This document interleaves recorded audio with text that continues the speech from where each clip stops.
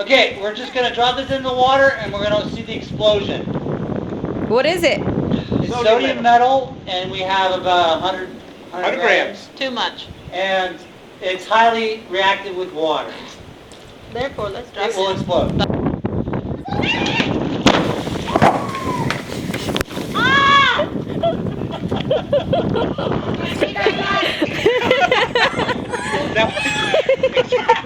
I could not even look.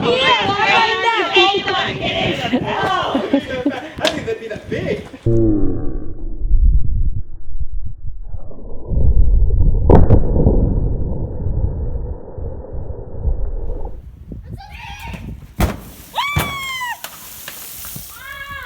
Here we go.